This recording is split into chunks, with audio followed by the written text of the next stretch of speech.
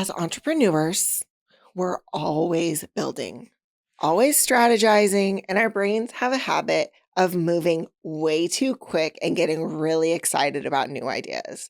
Excitement, motivation, fear, whatever you want to call it, all the things mixed together, they drive a lot of our decisions.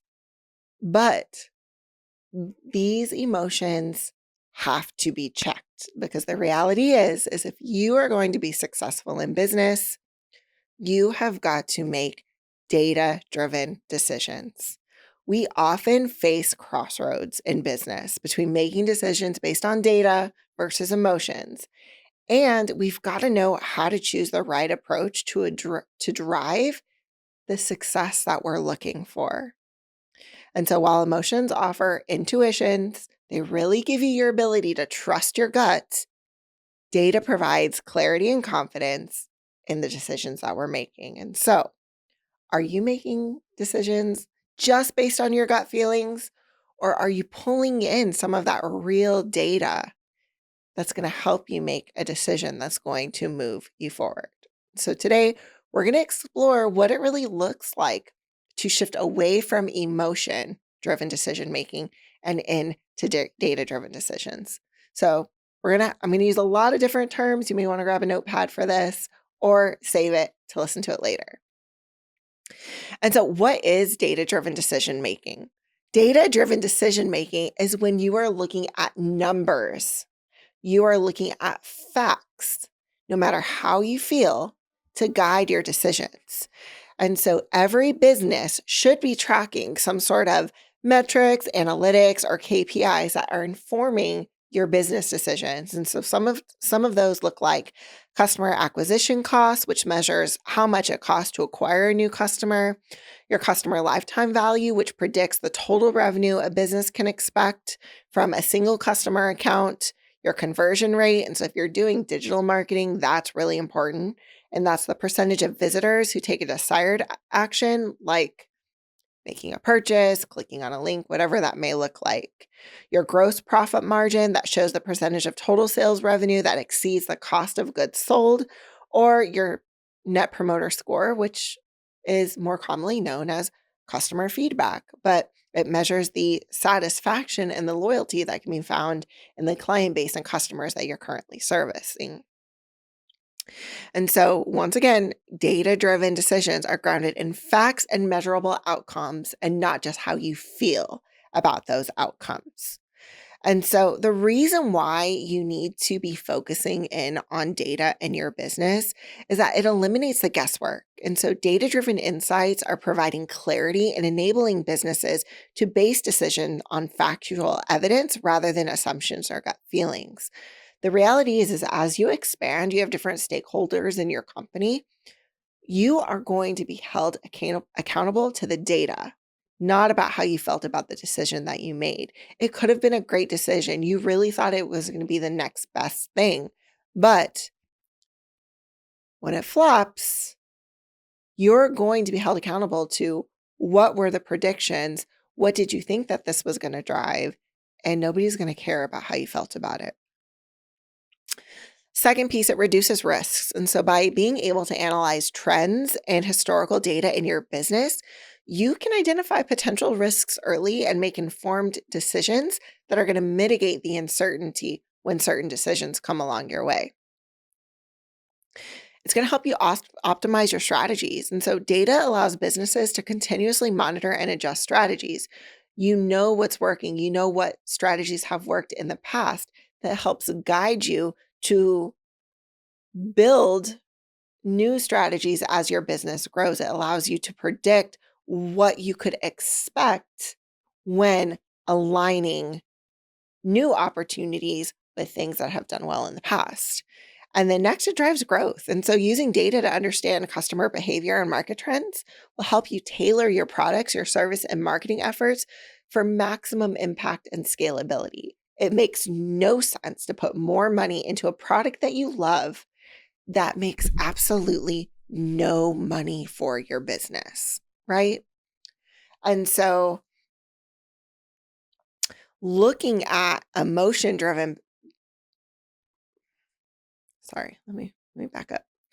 Looking at emotion-driven decision-making in your business looks like your personal feelings getting involved in decisions that should be data-based, only trusting intuition and not looking at numbers, or really allowing biases within your company to drive what happens next. And so we've all been there. That hire that we absolutely love, they're so charismatic, but their resume sucks. They have no experience in your industry, and the only thing they're coming into your business with is a great personality. There are spaces where you can hire for attitude and train for skill, but most cases, these are red flags. And you want somebody that walks the walk and not just talks the talk. So I want you to kind of go back to that when we're thinking about emotion-driven decisions and some of those spaces that you've been in where you've made some emotion-driven decisions when they should have been data-driven. And so these decisions occur when your personal feelings take precedence over the objective data that's guiding your business choices. The decisions are often influenced by your emotions. And we've talked about trauma in your business and how unresolved trauma can impact your business negatively. Unresolved trauma can also impact your decision making in your business negatively. It all comes together here. So, anytime you are influenced by fear, excitement, or attachment to specific outcomes, you are making yourself vulnerable to making a poor decision. And so, emotions provide valuable intuition and insight into kind of underlying what's going on. If the data shows that it could be a great opportunity and you're really excited about it, probably something that you should go after, right? But if data's bad, excitement is at an all-time high, it's something you should question. And so relying solely on your emotion is really going to lead to inconsistent and risky outcomes. Emotion-driven decisions are going to overlook critical data and analysis, potentially resulting in less informed, reactive, and impulsive business moves. Emotion-driven decisions often stem from fear, excitement, and attachment to particular outcomes. I want you to remember that because anytime we're operating from a place of overexcitement, we kind of, all reason goes out the window, right? When we are operating from a place of fear, we are holding on to something, we are worried about something, and the reality is fear and faith, it's really hard for them to live in the same space. So if you're operating in so much fear, you're not leaving space for an opportunity for faith to come in and be like, hey, I know you're scared, but I'm something bigger here and something better here, and we can move through this together. And then attachment to particular outcomes. I think we've all been there when we really want something to work. I think it happens in our personal lives too, right? We really want XYZ to happen, and we are willing to do A, B, C, D, E, F, G to make it happen, knowing deep down inside or ignoring the red flags that it's not really going to work. And so there are really some very common places where emotion-driven decisions are being made. And so I think it happens a lot in hiring. It happens a lot in advertising. And I've got a really, really funny story to share with you. But even the best of us, it happens. And so there was a season when I was looking to expand in my business, and I hadn't announced that I was hiring, but it was something that I knew I wanted to do. There were some things I wanted to get off my plate, and I wanted to get them off my plate in the easiest way possible. I broke all my rules in making this hire. And so someone reached out to me. I had done business with this person in another company, and it was lackluster. It was okay, like not anything to write home about. We graduated from, the same college.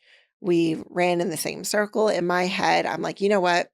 She can probably pick this up really easily. She's, going to do a good job. And instead of paying attention to the red flags and the things that I had already experienced, I went ahead and made the decision.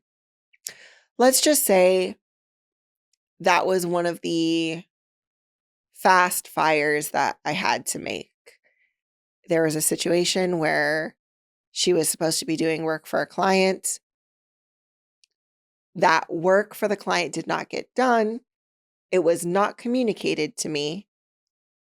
And because I really liked her, I gave her another chance. I should have let her go there. We actually lost the client because of the work not getting done and me just having to go back to them. I'm sorry, we didn't do it. You paid us, but we didn't do the work. Thank God they didn't go and leave me a terrible review and say all types of horrible things about my business, because I don't know if I would have had the same restraint in that situation. Then we were in a situation where social media for a client was supposed to be scheduled out. In my head, I was like, if I wanted to be week by week with social media content, I would just do it myself. But I wanted to be ahead of the game. I wanted the client to be able to really see what we were building, and content was due. And I went in to look at the content calendar and there was nothing there. And at that point, I was like, I'm done. And I should have seen it before. I made that emotional decision. I liked that person. I wanted to work with them. I thought it was going to be a good idea despite all of the red flags. And so that is a space in my business where I made an emotional decision and I paid for it.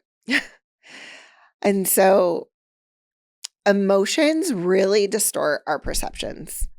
They cause us to overlook key information and avoid tough but necessary decisions. I don't know how many times that I've heard people come up with good ideas that seem really good to them, and they're really, really excited about them, and they move forward with them without the support of the people around them. Sometimes it works out in their favor. Sometimes it doesn't. Most of the time, it doesn't. And so it doesn't always have to be based in fear, and it doesn't always have to be based in a lot of excitement. Sometimes simply somebody can think something is funny. And so I don't know if you follow me on social for any point in time, I have a dog. His name is Clark. And Clark, for a season, was spoiled, and he got a bark box every month. And Bark Box last year in February came under some fire, and they had to issue a public apology because they didn't know what 69 meant.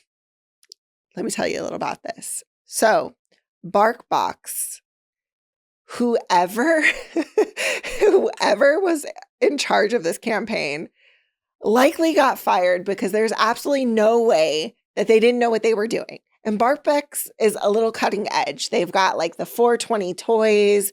They do a lot of different themes.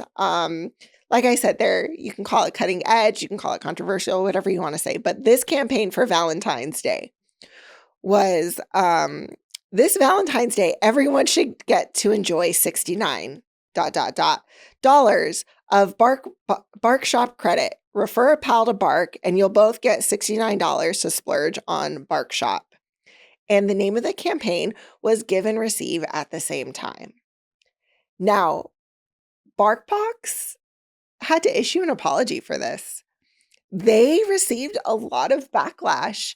And I don't care who you are, whoever wrote this campaign knew exactly what they were doing. But they issued an apology saying that they didn't know what that meant. Once again, our apologies for any misunderstanding. Our aim is to satisfy our customers and celebrate whatever they may or may not be into. Even then, inappropriate pun. They knew exactly what was going on. But that was a situation where probably excitement, a little bit of comedy, and wanting to be slightly inappropriate on a public campaign went absolutely wrong for them. I remember getting the apology email and showing my neighbor who works at Chewy, competitor, look at what BarkBox just did. So that was an emotional decision that was probably not well thought out and probably not data driven.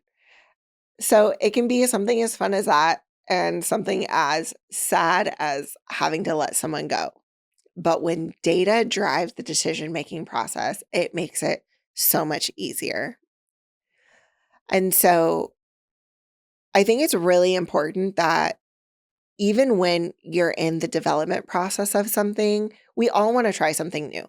We're all at times throwing spaghetti at the wall. But there comes a point in time in business where you have thrown enough spaghetti at the wall to know that you don't necessarily need to do that anymore. And a lot of that comes in new product development. And so this podcast is most definitely for businesses that are still developing. You know, you haven't hit that 7-figure mark. You're still learning, you're still growing, trying to figure things out. And so I know a lot of us, including myself, who are listening to this podcast, product development, service development is still a big deal to you. And you're still probably really owning in on things. And so a product that we developed a few years ago was our social media for small business workbook. It did really, really great in person, and it was an incredible workshop to give at conferences, chamber events, things like that. However, I decided that I was going to take a recording, so it was going to be a master class, and develop a workbook, and I was going to use that for lead generation. The reality is it fell flat, and it's continued to fall flat. And in my head, I'm like, you know what? If you can't give it away for free, you can't sell it. And I had to come to the realization that people do not necessarily see me as a social media expert. If you've worked with me personally and I've developed campaigns for you, yes, you would see me like that. However, that's not how I'm positioning myself online. And so I do not hold the authority in the social media for small business space. I'm not giving you tips. I'm not telling you how to be successful on Instagram. That's not me. I really focus on business strategy. And so I had to think about, okay, I don't want to do something on social media. I'm not throwing spaghetti at the wall anymore. What is it that my client base needs in a free tool that I can give them that would be an incredibly valuable resource, but will also grow that email list that I want to grow? And so I had to take it back and really think about what it was that potential clients / followers wanted from me. And so I kind of had to work backwards. I had to look at what type of posts had gotten the most traction. Which of my posts had gotten the most shares? What emails had I sent that had the highest click-through rates? Which subject lines had the highest open rates? I had to look at my marketing materials and really see what conversations was I having that people found value in. And it wasn't so much that they needed social media strategy. They needed strategies that were going to help them drive revenue. They weren't wanting to be on social media to be on social media. For a lot of people, it's just another box that they have to check off, right? They're not called and equipped to necessarily do that part of their business, but they definitely want their business to be successful. And if social media is a part of driving revenue, yeah, I'll do it. But my clients didn't want to know how to be successful on social media. They wanted to know how to drive revenue. And so I took all of those conversations that I was having, thought about who my ideal client was for this particular space, and I came up with the 7-2 revenue generating strategies for small businesses. And that in itself was not, it was not just about social media. Social media strategies were in there, but it was so much more. And that is a lead gen tool in my business that gets me new subscribers every single day. and it has been so valuable, and it's opened up a lot of space for conversation. But I wouldn't have known that that was the next step in what I needed to create it if I hadn't looked at the data. On the flip side, there was a time that I felt that I really needed to do something. My intuition was telling me that I needed to do something. And that was the business blueprint breakthrough. That was the first iteration of the business growth boot camp. And I didn't know how it was going to work. And I was kind of flying by the seat of my pants, but I was like, you know what? This is what I'm going to do. I'm going to do a beta, and I'm going to create a digital course, and I'm going to keep it low budget. I'm going to, I think the marketing phrase, right? The language I used was, do you have $25 a week to invest in your business? I asked business owners to invest $25 a week in their business for 12 weeks. And I took them through this boot camp that I was building as we were going through it. And the idea there was that they would get 3 one-on-one sessions with me. Not only would I be able to really get feedback from them and know what was working and what they needed, but it was a really huge added value for them. And so it paid for itself. I got a lot of great information. It allowed me to start with my intuition, but continue based on data. And then from there, that's where the Business Growth Bootcamp was developed and launched. And so I didn't just go and create a $2,500 course with not knowing that there was an audience that needed that and what they needed to hear. I did the research first. And so that's really the difference between that gut, that gut feeling, that intuition, that let's throw some spaghetti on the wall and see what sticks. That's what it looks like to take the ideas and put them into action using data. And so really the benefits of data-driven decisions in your business is you're reducing uncertainty. You're enhancing efficiency within your business. It's by leveraging data, you are minimizing the amount of mistakes, the amount of failures that you need to experience before you get to the thing that works. You're going to be able to scale quicker. Knowing what works in your business is the first step to growth. We're all coming in here trying something new, trying to figure things out. But if you're not tracking it, to know if it's really working, if you're not setting the goals and the expectations, how you're going to meet them, there's really not a next step for you.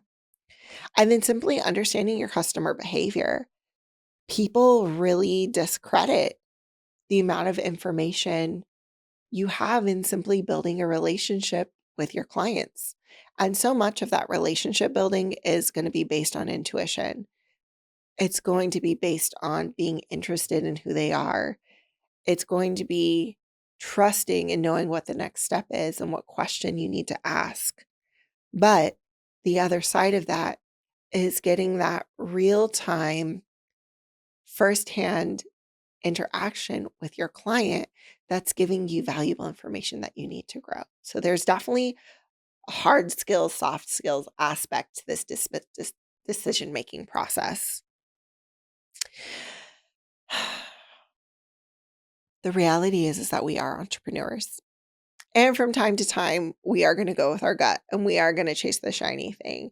And sometimes it's fun just trying something and failing and just knowing that you did it, right? Knowing that it doesn't work for your business. You don't know what you don't know.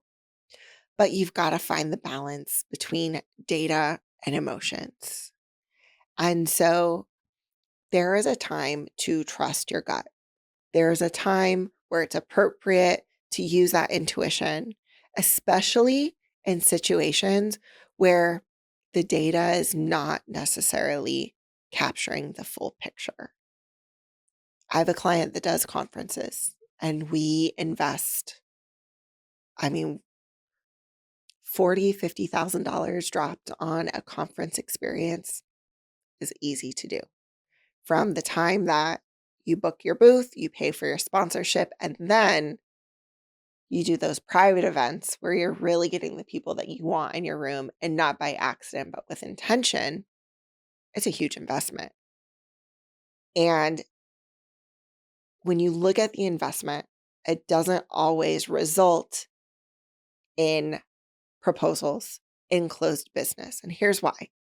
There are some industries where the sales cycle is very, very slow. I was having a conversation with one of my friends. She's a boudoir photographer, and that's a very intimate experience.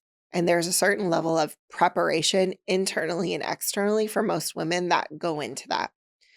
And she, for years, has to build trust with clients. She has multiple conversations, multiple touch points, is creating content, is continuously speaking into the confidence of these women that she knows one day will be in the front of her camera. It takes time. But where you start to see the data and the value is when people start to remember you. They start to refer you. It's a really great feeling when someone asks, hey, do you know somebody that does XYZ? You know what? I've never worked with them, but I don't know somebody at ABC company, but I know Laurel and she's with Queenly Consulting. And based on what I know about her character, I really think you should have a conversation with her. It's referrals, it's relationship building, and being able to track that in the process. It doesn't always show up as numbers, but it's definitely data and it should definitely drive your decisions. So that's where mixing the data and trusting your gut comes in. And so one of the biggest opportunities for me as a young professional was a pivot I made during crisis. And so I worked in the event industry when COVID-19 hit. I was actually at Universal Studios when we got the email that schools were shutting down. Nobody knew what this whole virus, this pandemic was going to turn into. We had no idea what was going to happen. But what I do know is being in the event industry, being in experiential marketing, our entire business shut down. People were not able to go out to eat. Events were not happening. Concerts were canceled. Festivals were canceled. It was a big deal. And it could have been detrimental to the growth of the business. However, I had to look at myself and I had to rethink what events looked like. And people weren't going to events. I mean, they were going to events because they wanted an experience, but in how many spaces could that experience be recreated? How could we mimic the feelings that you get going to a festival with hanging out with your friends at a local restaurant? And so event promotion turned into experience promotion. And so as restaurants started to open, as limits were increased on what people could and could not do, we started to bridge together companies that could work together to provide an experience for people that had nothing to do with ticket sales. And it was about simply enjoying and living and pursuing life in the city that you lived in. And in a global pandemic, we 3x'd our revenue. I had no data to go off of, but simply what I felt would be a new way to position a new way to position experiences in a pandemic. And it worked, and it's still working to this day. And so we all know that emotions can trigger different feelings. They can trigger different reactions. But before you act on emotion, you've got to validate it with data. And so before we end, I want to share a few steps that you can take in your business today that you can start taking right now to be more data-driven and balance that emotion in your business that can keep you from experiencing the real success that you want to achieve. And so number one, you've got to invest in the right tools. Manually tracking data is really tough. So you need some analytics software. Look at your Google Analytics. Make sure your CRM is set up correctly. Make sure you're tracking your social data, that you're looking at the performance of your email campaigns. Make sure that you are tracking how many people that you talk to versus how many people you close. Definitely invest in the right tools to do that for you, or invest in a system that you create yourself that you can track that in. The next is, for every strategy that you create, you've got to have SMART goals. You've got to tie goals to your strategy to know whether or not you are hitting the mark.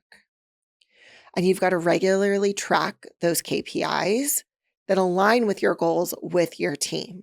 There's nothing, I shouldn't say there's nothing more important. Like, culture and people being happy in the workplace is really, really important. But there is a level of transparency in a data-focused culture and a data-focused team culture that produces clarity and kindness. And I say that all the time because clarity is kindness. But you've got to ask the right questions with your team. So what are the current results? What were you expecting to see? The current results that you've achieved, can you exceed them? Or what's keeping them from meeting what you had initially set? Why does the data prove this case?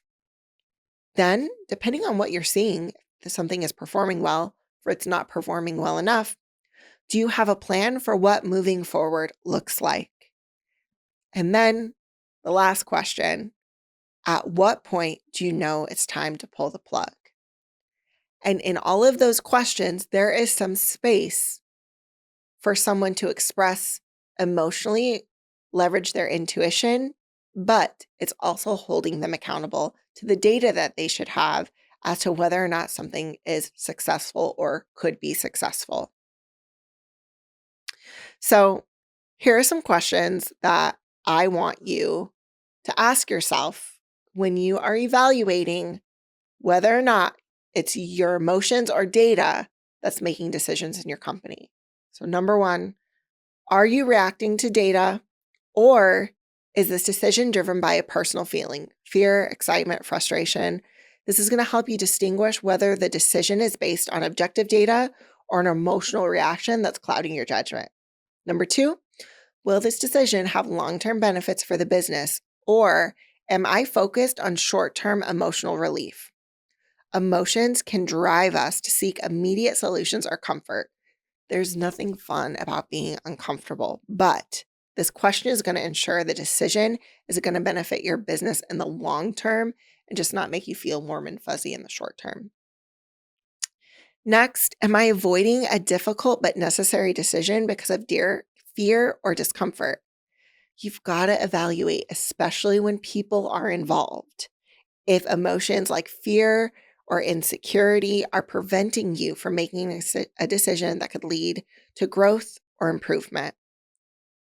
Number four, how would I approach the decision if I were detached from the emotional aspect? You've got to consider how you'd act if the emotional component were removed. This helps you make decisions more objectively. And lastly, we've got to stop leaving questions unanswered. One of the scariest things that you can do in life is ask the what if and then not take the time to answer it. And so the last question that you're going to ask yourself is, what's the worst case scenario if this decision doesn't work out? And is my emotional response amplifying that fear? Emotions can magnify potential risks. So you've got to assess whether your emotional response is proportionate to the actual risk involved. And a lot of that comes with not leaving questions, those big what ifs, unanswered. So if you've gotten anything from this episode today, I want you to get that data gives us the clarity to move forward with confidence, while emotions remind us of the human element behind every business decision. And the reality is that a good business operates with both. Successful businesses operate with both. And sometimes you're going to make a decision that makes absolutely no sense, but it's going to work out and it's going to be amazing. And there are times where it's going to suck and you're going to fail and you're going to learn from it. My prayer for you is that you fail fast and that you learn quick and that you trust your judgment, but you make sure your judgment is not clouded and look at the data. Because I promise you, once you start looking at the data, you'll realize that your business is so much more awesome than you thought it was. Next time you're faced with that big decision, ask yourself, what does the data say? Thank you so much for tuning in to the Boss 2 Hard podcast this week. If you got anything valuable from I can't talk. Give me a second.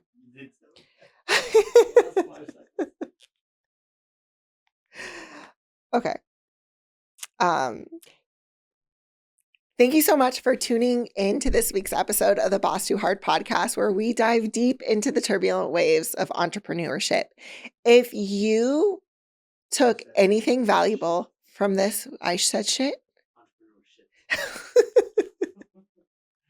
then pick it up saying, so thank you.